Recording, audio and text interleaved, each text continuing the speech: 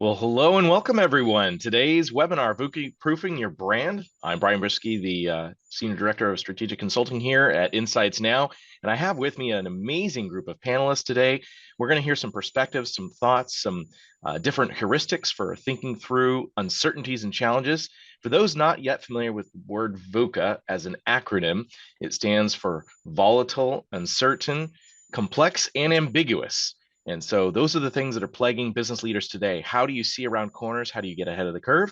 So quickly, let's go through and introduce some of the panelists here. So starting off, we have Dr. Dave Lundahl, the CEO of Insights Now, whose exceptional research in behavioral models and understanding behavioral insights and segmentation has come up with some unique models and ways to understand the hearts and minds of consumers for today's products. Also, we have Dolores, who's with us today as the Director of Global Consumer Sensory Insights over with Nestle. We've got some great experience talking with her. Her mind is very strategic, in fact. She loves 2x2 matrices, which I as well like to support. So big fan of that.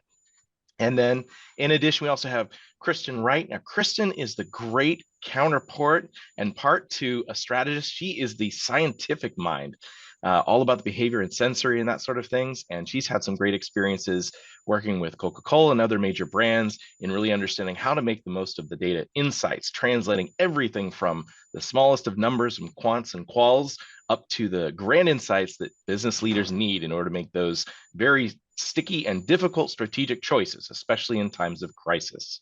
So today, what we're going to go through is some different ways to look at the problems from these different points of view, consider how you might think at your place right now, the kinds of challenges you're dealing with, whether it's shifts in the markets or it's competitive rivalry, what types of uncertainties are brewing in your situation, in your business that you want to get ahead of by making sure that you can extend the shelf life of your consumer insights.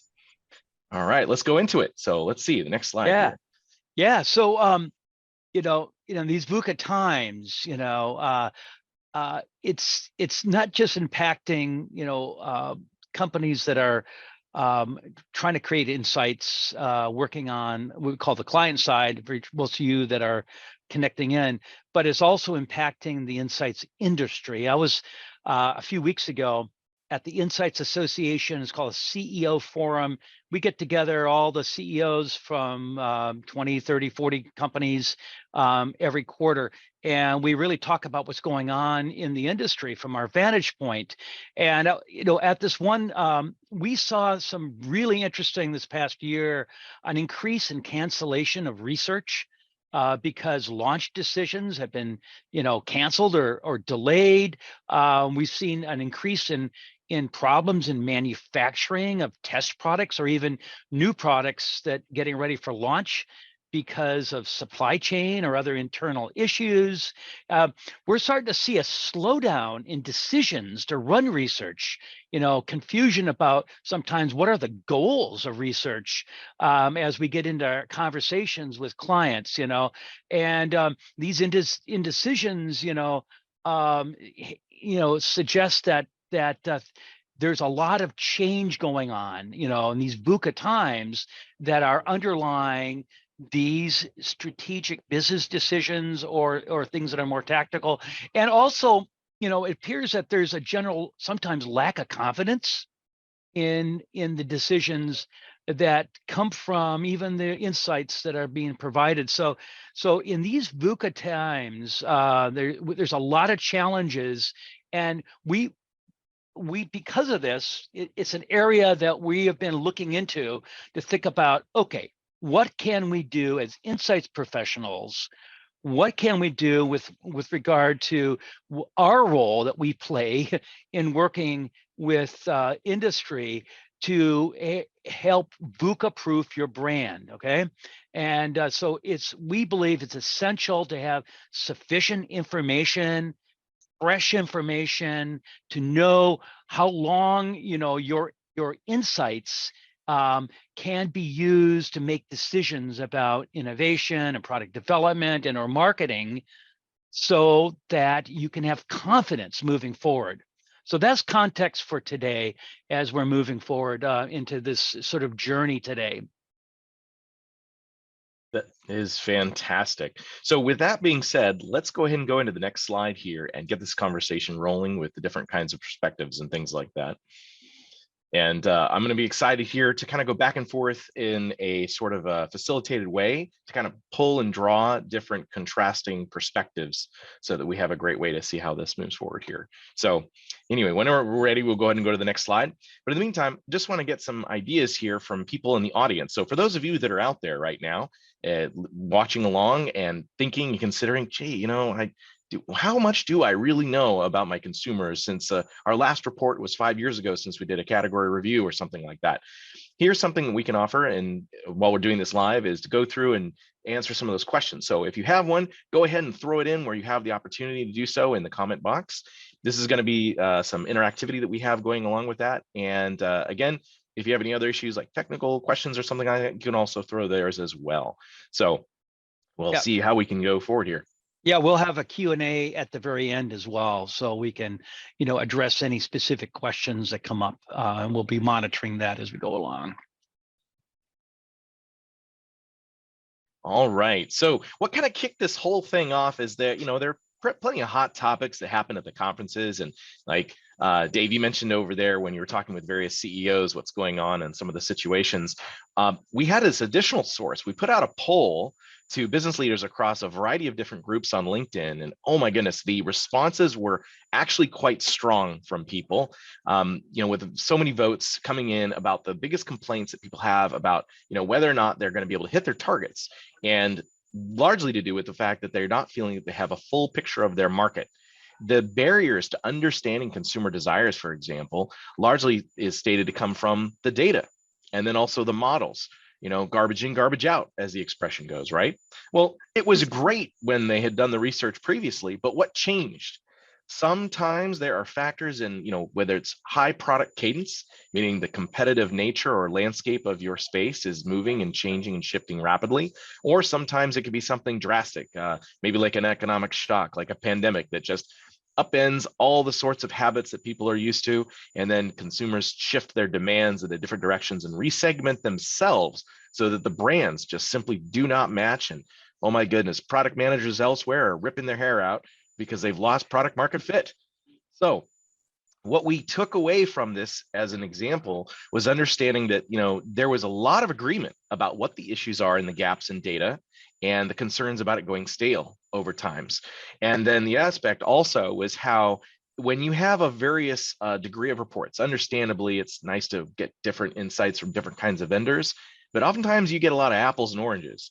And being able to make sense and synthesize that research together to tell a whole picture becomes exceedingly difficult over the years. Imagine going to your new position as an insights professional, and you're stuck there with 10 years worth of research, but the research questions have changed. There's difficulty in creating any kind of solid time series out of it. So because there's also no best use by dates like you would experience in certain product spaces, so like with food, it's difficult to know coming in and looking at some older research, hey, is this still relevant? Are some of these consumer qualities going to remain consistent for a whole generation? Or are we losing touch with who our segments really are, who these personas really are? So trying to figure out what is a good indicator of the data is kind of lagging, or whether, you know, it's just something like poor sales performance that it invites you to reconsider what's in your research and insights. This is what we're looking to get into today. So any thoughts just really quickly off of the polls in anecdotal evidence or experiences that you've experienced, either, you know, Chris or Dolores? You know, what is it like to experience this for yourself when you see these things happen when you're looking at these reports? Hey, Brian, just thinking about some of this information that you're sharing today, I think there's a wealth of information out there, but it's dependent on really the context in which you're asking the question. And the question always changes. So just because you did a piece of research of 5 years back, 3 years back, perhaps the question was very different in terms of the information that you're gathered versus what you're asking today. So then the question becomes, hey, can I still use this information, given that we have a different question that we're trying to answer? So that's some of the things that come to mind right off the bat. That's a really good point. So having a fuzzy match between one solid research question at one time and wondering, is it the questions themselves sometimes that need to be updated? And the struggle, I imagine, must be pretty great when you ask, let's say, a very broad general research question like, what are the preferences or what is the liking? And when it gets to benchmarking versus the things that you need to ask very specific pointed questions about. So I'm kind of curious, Chris, you work really well around breaking apart different types of questions, making sure the research design is solid. What have you experienced when it comes to things like looking at research reports over time? Like when you have something that might be, 5 years ago, how can you rely on it as far as what's still timely? I would just echo what Dolores had said around, are the consumers that you talked to previously, what has changed in their lives, over that span of time. We've all had so much disruption over, say, the past 5 years. So many behaviors have changed that, makes the data either still relevant or not, depending. So just really thinking about what has changed for the consumer, what's changed in the marketplace.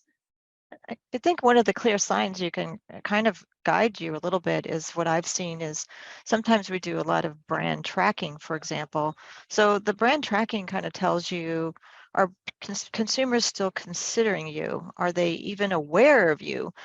How is that changing, not only in your category, but across categories? So I think that's a kind of the first clue that maybe something's changed to the degree that it must, because if they're not aware, then they can't consider it. They can't consider, they can't try. And if they can't try, they can't purchase. So, that brand awareness is really one of the key elements that could really give you a clue that some of the other data you have may be aged. That's a really good point. In fact, it sounds almost like when you think of various KPIs that the business should be monitoring on a regular basis, especially for, to determine how are we benchmarking, the things like awareness or recall or some of these other aspects. I know sales data was one that I've heard before expressed. So we're going to use an example to basically think about, okay, someone who's in the audience today, they have some reports sitting in front of them, they pull down and they're looking at and asking those very questions that you've raised. So we have this example study. It was done in 2016. It covered multiple cities, 9 products. It was blind, so there was no brand in there, just to really understand consumer preferences, liking, purchase intent. And so then the question is, okay, well, how much of that is relevant in 2023? The success of being able to do this research right back in 2016 was to make sure that any formulation changes that were done were going to be successful with regard to a competitive benchmark studies. So there was a study done, where it positioned in the market, how it did well in performance, and then they updated the formulas and then they checked it again in the 2016 study. So that was great because it let them know they were on track. But right now they're getting some feedback from, let's say, the folks out there doing the sales pieces where they're saying, hey, we're getting some pushback. We're getting some anecdotal evidence that the claims or the benefits or the positioning just isn't quite resonating with the market. Back to Dolores's point of things like, especially the brand, as it seems to be very sensitive. It's kind of like your banyan trees. So I'm just kind of curious to hear from each of you. Kristen and Dolores, let's start with Kristen. How would you, when you look at a report, it's got a date on it that might be 5, maybe 10 years old. Where do you start when you're skeptical looking at to try to think about what is perhaps no longer as fresh or where the shelf life is about to come to an end time? One of my first thoughts there is think about new products that have come into the marketplace there. And perhaps there's a new key player that's stealing a lot of share. And that's actually changing the consumer's consideration set of products and potentially making things, very different in today's world. Oh yeah, that's a great point. So the competitive landscape, the metrics of the losing market share, or perhaps it's the I don't know if people are able to score for all products. I know some industries are able to look at loyalty, people doing repurchases and understanding, whether they're becoming more fickle about it. Dolores, when we think about looking at a report and having some skepticism, I don't know if you like to redline it I'm kind of old school in that way. I'll go through with, I've got a whole collection of highlighters and dry erase markers for this kind of work. How do you go about it in your process for evaluating the freshness of a report and the relevance of the data? Well, I want to go back to one of the projects that you mentioned, and that's a competitive benchmark study. A competitive benchmark study is looking at, who are the competitors, what are the category drivers, what are the drivers of liking, what are the drivers of disliking, what are the key products. But we all know that those types of pieces of research are only as correct as the data set that you have in there. So that they're only relevant based on the data that you have in there. So if you're looking at an old category mapping study, you know that the category has changed, as Kristen had said. So it's only worth what you have put in there. Now you can add products in there. You can go back and add products into the category that you haven't added before in hopes that the overall trends haven't changed. That is also helpful to go back and say, okay, can we within the context of the descriptive results or the consumer results, can we, is the consumer liking of a particular product, is it matching within the category that we've already done the research on, and can we go ahead and use it? And so that would be another thing. So you can go ahead and do a smaller subset of products that are now new in the market, as Kristen had indicated, and update that category mapping to update the information and see where you stand. But that would be one different way. I think the biggest scare for me are these types of meta-analysis. That's where things get a little scary. Okay.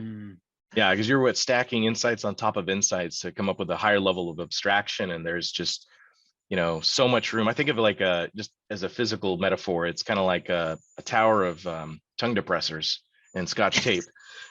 So you got your baseline assumptions, then you hope you're on a solid footing for that.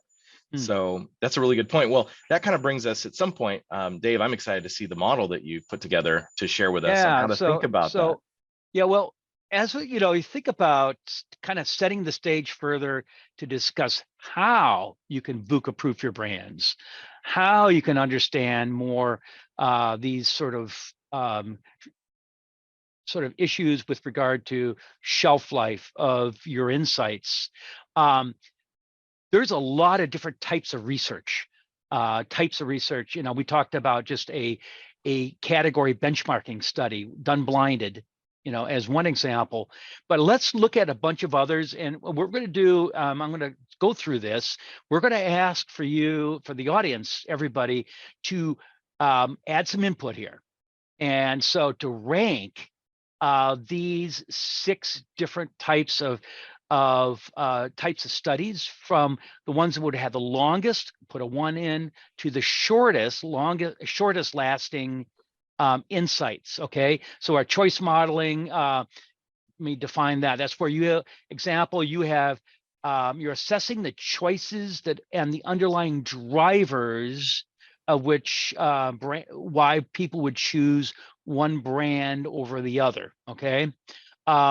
Classical consumer segmentation, attitudes, demographics, usage, moments, landscapes is where you're looking at the how, where, what, with whom, people are using products.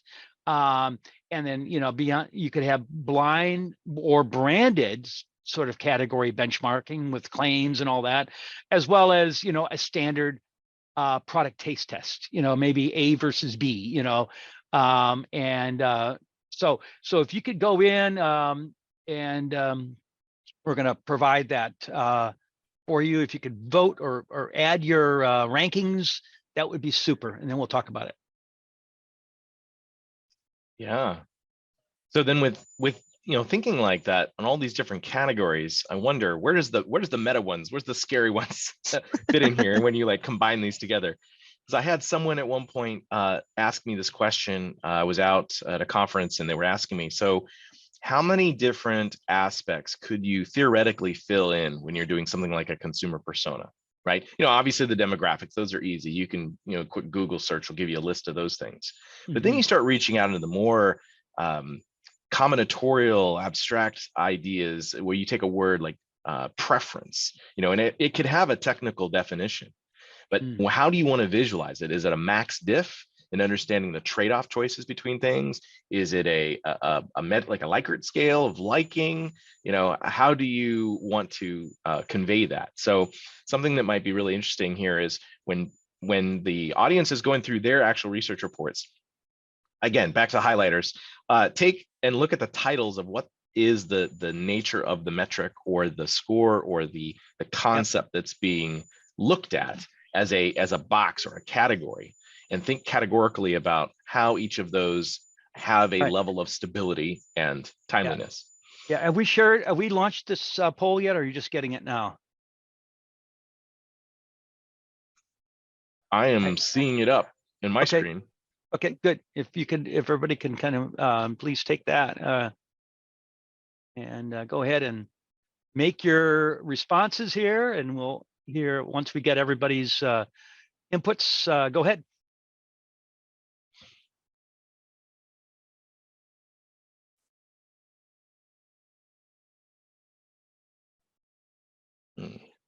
Very cool. So in thinking about some of these, if some people aren't necessarily familiar with some of the categories, I know Moments Landscape was a really cool concept that came together where context matters from a previous webinar. Dave, I think you shared some concepts on that. Dolores, I'm curious, when you think about context, like how that's such a, you know, it's a great broad term. It's like the word love. It could mean a lot of different things. Context, when we break that down, what have you found to be the most compelling and also perhaps the most concerning? If it does shift, you're like, oh, that's a red flag right there. We need to dig in on that to better understand something. Well, I think the key thing about all of this is that we want to be able to do it in advance of something, you know, uncertain in the marketplace, right? So we want to be able to pivot in advance of these types of changes. So, you know, you don't want to say, okay, sales is down and now we're crashing. You know, we want to be able to have the answers way in advance of that. So I just wanted to bring that one point up. So the context is key. And again, the context is associated with the question that you're asking or the objective that we're trying to solve for. And a lot of the context could change because of consumer shifting needs, as which could easily happen. What Kristen was talking about is that, you know, there's something in the marketplace that's happening. There's a lot more uncertainty in the marketplace because of political issues or economic issues or climate changes or health issues as we faced in the situation with COVID.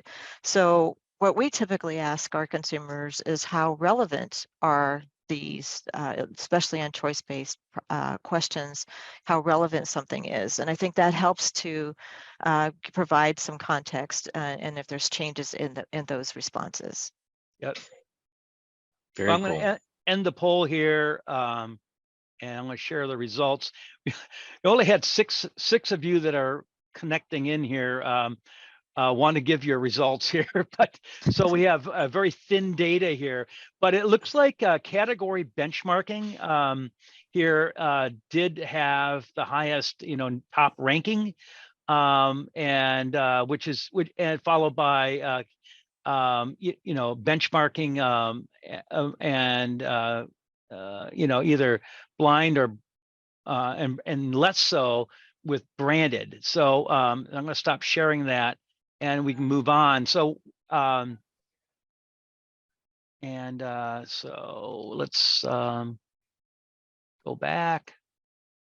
Sure. Yeah, that's a really interesting thought that, again, with monitoring. Am I back to sharing the I'm seeing the screen. I'm seeing the initial poll here. So yes. Okay, good. So with the poll results, any thoughts on that from Kristen, Dolores? I'm not sure I actually saw them, Dave. Did you all see them? There was a pop-up. Okay. So basically benchmarking, the audience, those that connected in, felt that benchmarking had the longest shelf life. So which is interesting. I think maybe it's what those that are decided to weigh in, the types of research they're familiar with. Maybe they were doing other types, but let's let's kind of move on, because I think I like to share with you all a metaphor, an approach that I've found over the years that is helpful for thinking through the shelf life of desires. And this is something called a behavioral pyramid. It is a way of organizing information that you collect in the course of research. And at the very bottom are things that change the slowest over time, and the things at top change the fastest. Okay. So the things that are going to be more susceptible to VUCA. Okay, these VUCA times are stuff at the top, whereas stuff at the bottom are going to be less susceptible to VUCA. Okay, now they're all going to have VUCA impact, but it's a degree. So the stuff at the very bottom, these consumer qualities, are people's aspirations, their ideals, their attitudes, their goals in life, as well as, you know, maybe life stages. You know, so when you become a parent for the first time, as those of you know, you know, you change dramatically, you know, your thinking, you know, and so your attitudes, goals, and aspirations, you know, shift as well. But if you look at the upper, you know, beyond that, you have things that are related to moments. So people with the exact same profile in terms of their consumer qualities go through in their journeys of life a lot of different moments that are relevant to a brand. Okay, and different touch points, and even moments of use could be different in different ways you engage with the brand. Okay, so what changes there is in not only you can measure the where, what, when, how, maybe the jobs to be done that people are looking at, but what is also changing is people's memories, their cultural aspects with regard to what moments of use they're in socially. You know, is this a socially related product? What are the social contexts where you're using this product? You know, what are the routines? How are they using the brand? Or technology? You know, and a good example of technology is these air fryers that have come out. You know, before that, you know, you could take products and put them into an oven and bake them, or you can fry them in a skillet, but suddenly you got this air, you know, fryers. You know, that technology is an example of a new moments of use that didn't exist. So it's part of the VUCA. So you got this sort of change now. You have something that is really impacting consumer use, you know, in the moments of use. Now, you could have the same moment of use, the same people, but the product experiences can change also over time. So that's the next level up. People's concerns and expectations may be very different, such that the sensorial aspects of different products, you know, air frying, you know, this product or this product, you know, may be very different based on people's perception of the claims, the functionality that's provided. And so preferences, liking, purchase intent, perceptions for product tests may be very, very different, even for people with the same consumer qualities in the same moment of use. Now, at the very top, choices, these are the things that are most susceptible, like modes of thinking. You know, somebody is using fast thinking or slow thinking. They have to consider it, you know, rationally, or it just, they know it instantly, you know, based on their memories, the cues that are being shown in the product, you know, the emotional reactions or motives, you know, that all affects choices, heuristics, perhaps. What are the implicit reactions? What sort of emotions, like desire, you know, that are elicited from those sorts of experience. So if you look at this sort of framework, it gives us sort of an idea of thinking about different types of research that, you know, like a moment's landscape, you know, might be very, very different. So using this sort of framework, you know, if, you know, you can conclude that a moment's landscape, which is looking at the where, what, when, by, with whom sort of aspects of moments, people would be higher, would have a longer shelf life than, like, say, a category benchmarking. Okay. You could also conclude that a category benchmarking and a product taste test would be about the same, just because they're both at the third level up, product experiences. You could also conclude that a segmentation study, which is at the very, very bottom, might have a longer shelf life than moments landscape. However, I think there's one more thing to think about in looking at these comparisons and thinking about your shelf life, and that is being more predictive. Is the information that you're collecting allowed to be more predictive? And what are you predicting? Okay. So when you think about the information, the input, like into a model, okay, if that is more fundamental, has a longer shelf life, then you can predict things into the future, okay, that are higher up in this framework. And so example, with predictive models, you could conclude that a category benchmarking is, because you could be predictive, could be much more sort of predictive, have a longer shelf life, so to speak, those insights, than a product taste test. Okay, because if you design your category benchmarking right, you might be gaining inputs into, for example, implicit responses are based on memories, right? And memories are coming from the moments of use level. That would be an example of ways in which you can, if that's your inputs into your model to predict, let's say, choice, or predict what product experiences people may have in the future, then you can actually say a category benchmarking is going to have a much longer shelf life in terms of these insights in a product taste test. Segmentation studies, actually, the moments landscape could, because of the modeling, have a much longer shelf life in terms of its usefulness into the future than a segmentation study, because moments landscape could be a much more basis for predicting. So this idea of instead of segmenting people, okay, and that's it, you can't really do a lot of predictiveness on that very well. But at a moments level, if you go a moments first approach to looking at a segmentation, then you can connect the dots, so to speak, between who's in those moments, okay, and then ladder up to predicting much better product experiences or choices. So with predictive models, and same with choice modeling, you can be much more predictive, I believe, in a choice model where you're providing more information and more context than a category benchmarking. Okay. Any thoughts, Kristen or Dolores, to these ideas? Yeah, I think this is fantastic information. What I would say, if I were making the choices on the poll, I would have picked the segmentation study first.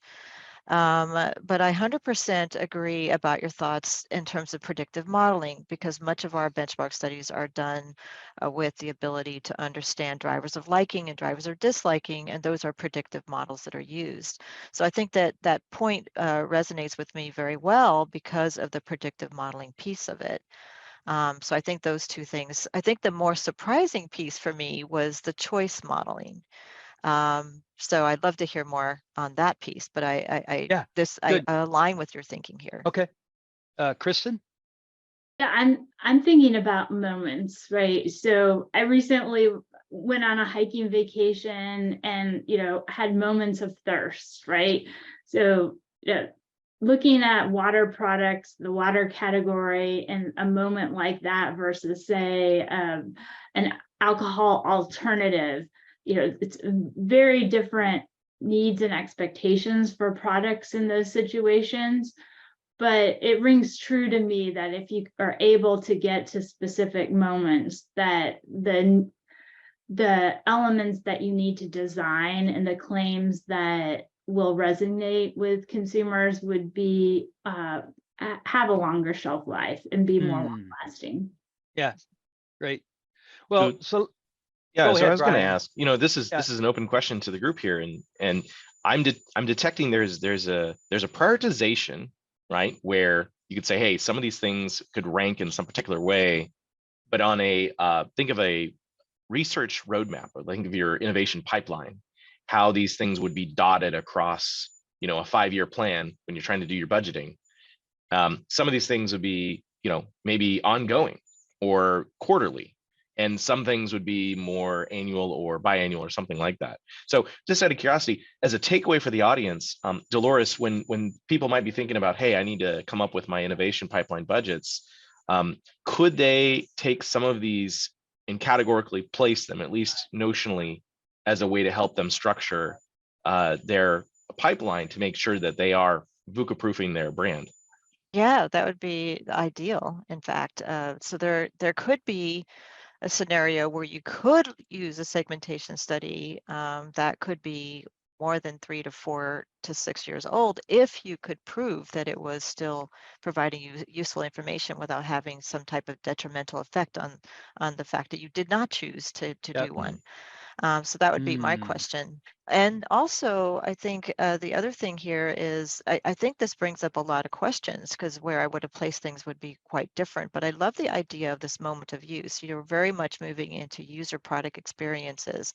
But the user product experience for your product could be very different at the shelf than it is, as you bring it home. And then when you, for example, when you're thinking about coffee, wouldn't it be nice if in my shopping experience, I would actually be able to see the beans? Wouldn't it be nice that I could actually smell the beans, when I grind them? Wouldn't it be nice when I have my cup of coffee that I'm actually experiencing the actual aroma and, some of all the sensory characteristics of it? So I start thinking about these moments of use and tying that back to the user product experience and how that moment is different, and I have different expectations for those in those types of scenarios. Yeah. So your points are really segue really well. I'm showing another example here, ways that you can extend the shelf life, refresh the insights perhaps, so that it has a longer shelf life, so to speak. This is an example that happened just as very recently for us. So food technology came to us and said, hey, can you guys provide some predictions of food trends for 2024? Because we're going to put that into the January issue of Food Technology. I said, sure. So what we did is in 2022, this is a little over a year ago, we did something called the Aspirational Compass Project. For those of you that look at a lot of our webinars, you may remember back in 2022, we presented some of these results and so on. And what we did is we looked at 7 distinct moments. So it was a moments-based sort of assessment. And in those, we looked at shoppers, primary shoppers in the US. And we discovered that sustainability has the biggest gap between what people are actually doing and what they aspire to. And want to buy more sustainably. They want to buy more real food. And there's different ways of definition it, but and they want to buy more healthy. Okay. And we found some barriers for that. So that research is in 2022. And you think, well, that might have, those insights might be good for a year or two, whatever.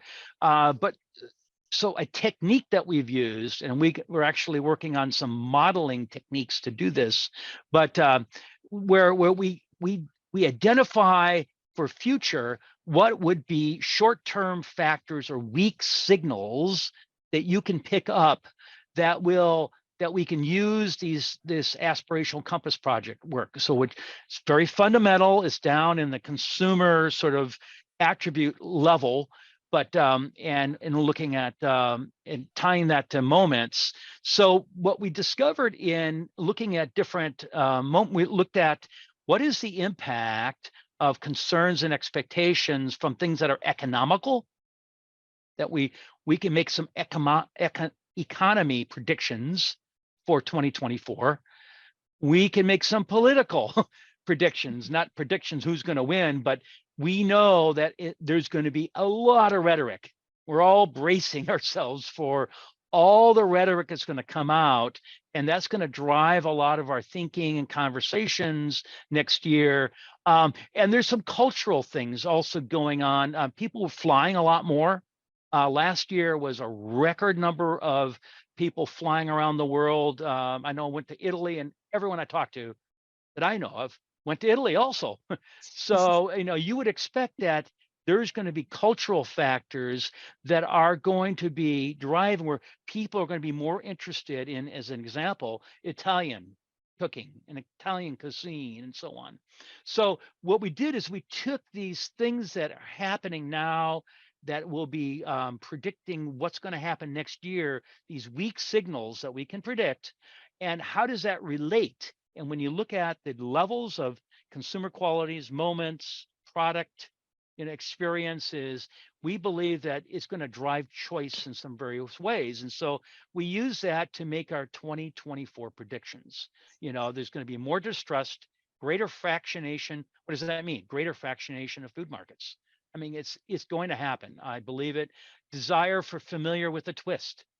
People are not going to take huge jumps and buy things that are too innovative, but they have to be familiar and with a twist in ways that feed their demands and things that their aspirations are still there, we believe, from 2022. And so desire for verifiable, sustainable, demand for more authenticity and cultural experiences, demand for, there's going to be a lot more food service because we predict economically and we see the trends. People are eating out more. They have a little more pocket spend. They're not as concerned about perhaps we're seeing inflation come down and things like that. So we think that these sort of predictions you can make using as a basis, aspirational compass, which is at the bottom, changing slowest over time, and things like economics are a little higher up in terms of the VUCA elements. Okay. Now, if the economy turns south and things change, you can change your predictions on the fly. So that's the value of these weak signals, things that you can look at. Okay, does that make sense? So comments about that?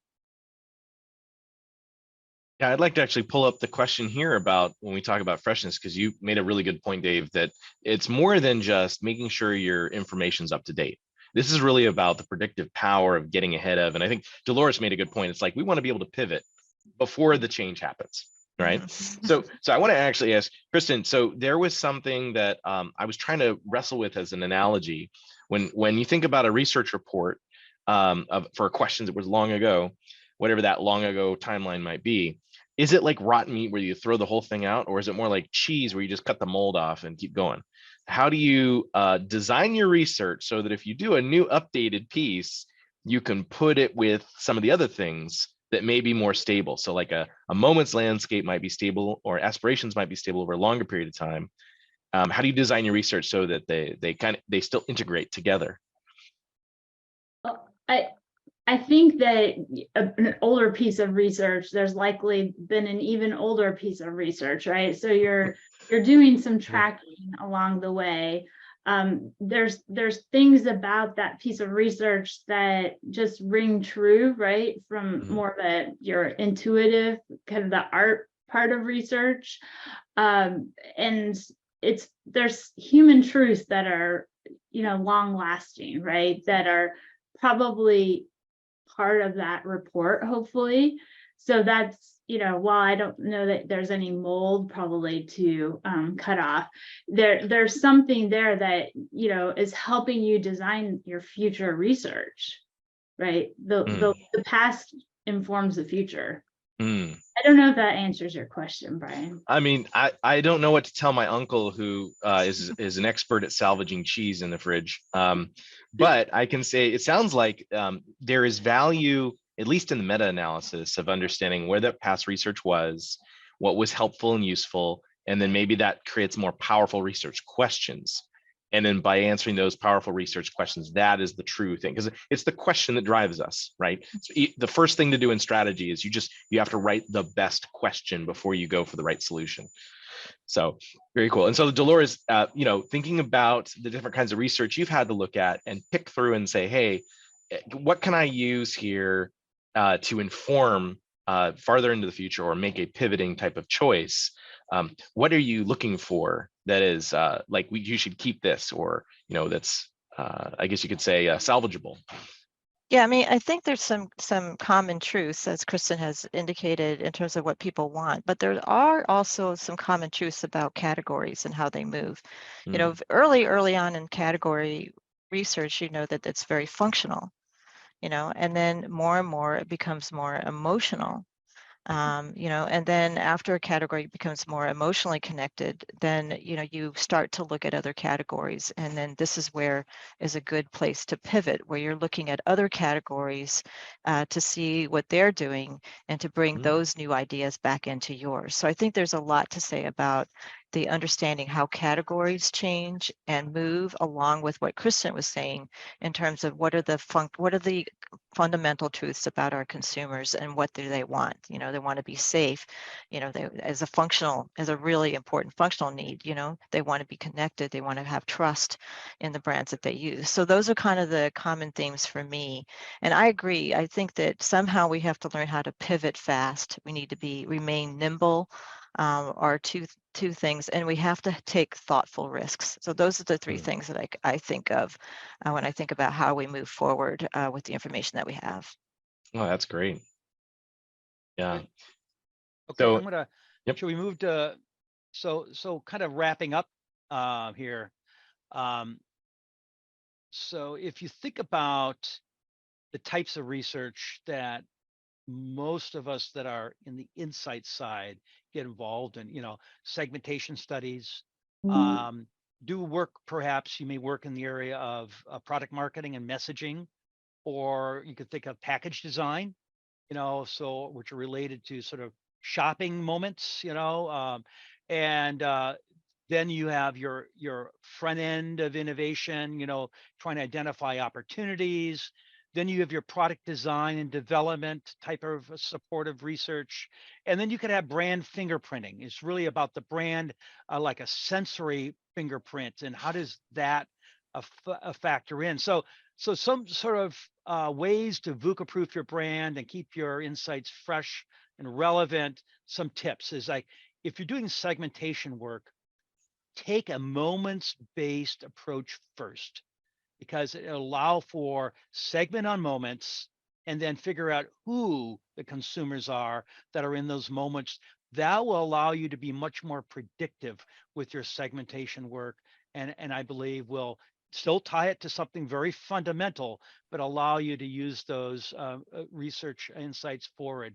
If you're working in messaging or package design, what the messaging, what the impact is of shapes and other qualities and words that are positioning your product on shelf, incorporate relevant context into your research designs, because when people you can prime them or actually do research in context, that's relevant for your participants.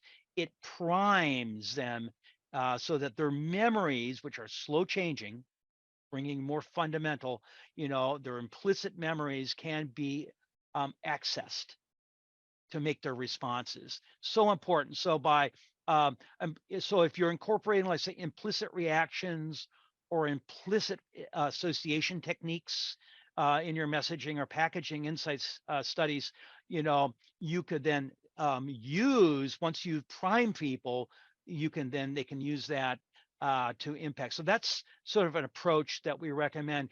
If you're at the front end innovation, focus. I believe one technique is to focus on these unfulfilled aspirations or gaps, which also change very slowly. Refresh those aspirations, as I showed you with that example in what we did for food technology, and looking at 2024 trends, find those weak signals and so on. If you're working in product design or product development support, product guidance, however you want to call it, again, like in the area of message testing or pack testing, have assessments, find ways to assess testments in relevant context. They can prime people into a moment of experiences that are normal for them, or actually do things in home use or in context, that again primes people. So these memories that are slow changing are accessible, which will drive their reactions, implicit reactions or associations, or other measures of emotional impact that are higher level, make them more relevant. And so that those insights will be longer. And the last, for brand fingerprinting, I think it's a really important way to VUCA-proof your brand. Define sensory, if you can, sensory brand fingerprints or elements, to establish that you can, whenever someone has an experience, whether it's a first time experience or a consumer has a secondary or third, you can reinforce that memory of that experience and connect it to what the brand represents, what the brand is supposed to be all about. And so anyways, great. So that's sort of some of my thoughts in terms of summarization of some practicalities to use to help VUCA-proof your brand and keep your insights fresh. Very cool. Very cool. Well, I want to ask a question then, based on the kind of the quick insights here of what you've put together, because there's some really great thoughts. We have a question from Sharon Bender, who basically was saying, hey, so if the category is changing, such as, let's say you throw Greek yogurt into the category of yogurt, and some major players are added or deleted because, the competitive landscape adjusts itself. There is, it kind of would be determinant of the overall category of appraisal. So she's trying to understand if others would feel differently. So is there as a devil's advocate, a way to look at that? Is it simply just, benchmarking is the shelf life of the category, or is there some part of benchmarking that is independent from that? And I guess I ask Dolores, and then I've got a question for Kristen that's on my mind with regard to cadence. So I do think that in a category mapping situation, of course, Mhm. any type of additional products into the marketplace will definitely shift people's expectations of what they want from their products or their brands. So I think in that regard, the information, as I said before, it would be important to either take your category mapping study and add some additional inf to it by adding more relevant brands, the brands that are still long lasting, take out those brands that are no longer in the context, and kind of reposition that category mapping study, because I think it might give you very different clues because of these expectations that are constantly changing as new products are coming into the categories. So then, yeah. Just to build on that, I would also, fundamentally, you always want to have as wide of a sensory space, as broad of a sensory space as possible when you're designing those studies. And that could potentially help you when something new enters the category and already has those sensory attributes. Mm-hmm. Exactly. That's Yeah. that context again. So then with that regard to, there's the design, and then there's the ways to mix and match these parts. What stood out to me in the question also is the fact that there are these trigger events. So that is the entry and exit of major players. It's the launch, or the, I guess, the what is it called? Matriculation, retirement of products. I'm trying to say the nice version of it. So anyway, yeah, when you retire products from the portfolio and that sort of thing, those are trigger events that might do that. But what if you could get ahead of it and you had an ability to look at your pipeline and what your cadence would be across that? I'm imagining like a scale with notes, like when you think of a music sheet, and there's a kind of a rhythm with some of these elements. Does it make sense to take some of these research questions and map them out in a kind of more rhythmic way? Do you think that might help people at least think about the bigger plan over 5 years to give them that ability to pivot, to think of it in that way, as opposed to a knee-jerk reaction to product launch or exit. So I'm in an ideal world, Kristen, what do you think? Well, where my brain is going is, where is your company's growth plans, and where are you currently, making money to be able to fund those growth plans? So you need to be able to keep on top and understand both of those areas.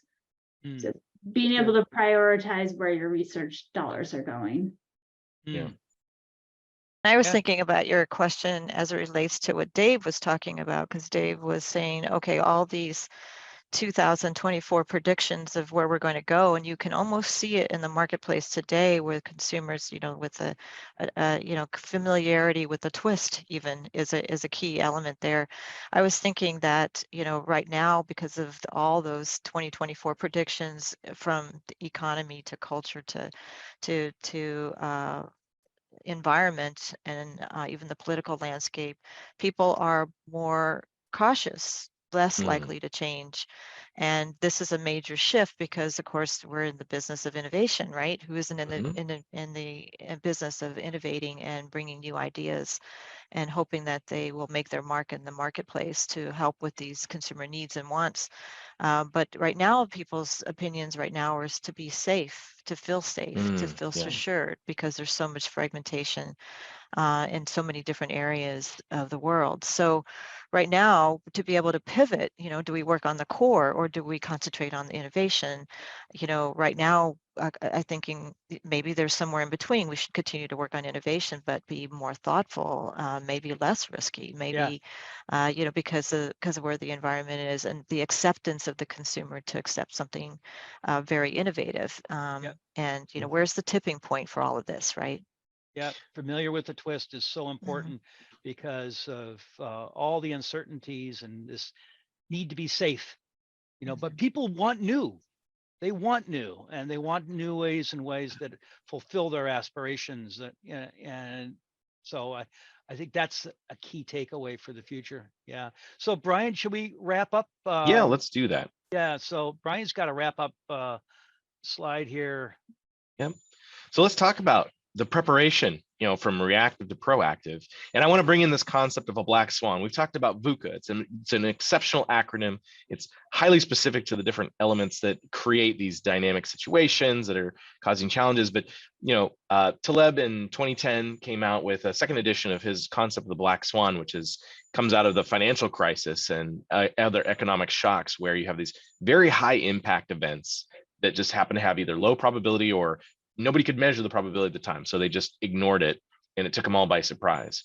And so the goal here is to be able to have that pivoted option or pivotable option in your back pocket, and to be able to monitor those weak signals so that you can get ahead of that change and see around the corners. So what is it like to understand and, prepare to extend that shelf life of your insights?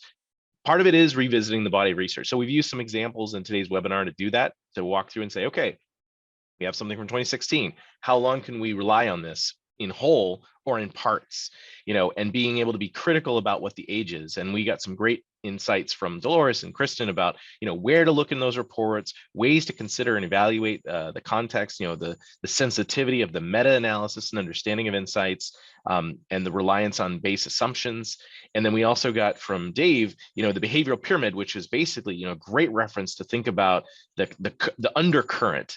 Some is faster, some is slower, and so you can rely on and create stronger predictions based on those to basically anticipate things that are coming up.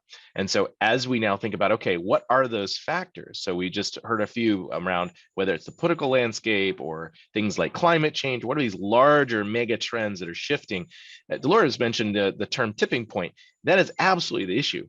You can go get along and not have to do a lot of changes until you absolutely have to, and then you hope that you aren't, flat-footed or behind everybody else that was already prepped and ready to go.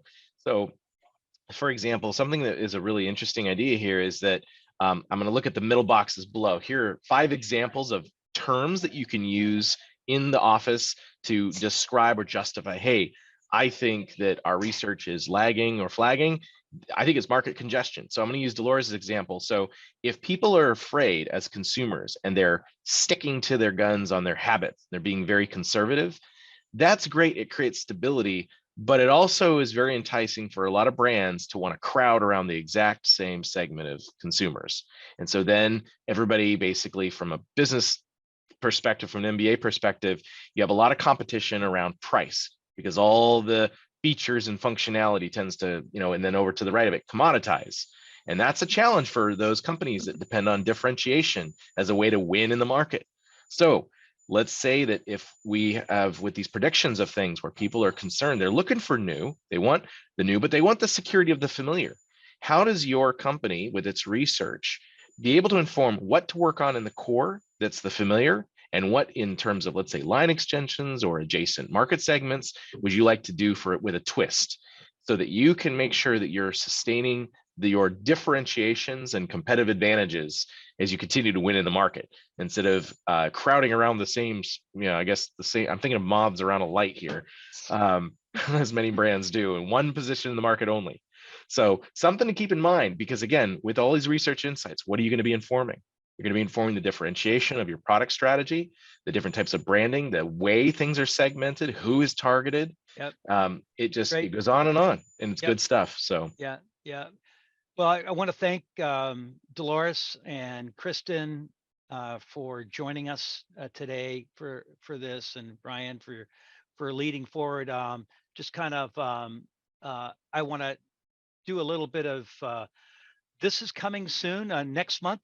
In place of a webinar, we're going to have a mini symposia, and the mini symposia will be, this is the theme. I want to, reimagine, reinvent, hopefully you're all interested, and will join in with us at Insights Now for what's going to be a really exciting topic area. And I'm just going to leave hopefully a little intrigue on what this means. And but mark the date on November 15th. We'll be sending out information to everybody on specifics around this. Okay. All right, awesome. Thank Well, thank you. you so much, everyone. Appreciate it. Thank you. And thank you for the comments and those that attended the session. Right. All right, everyone. Thank you.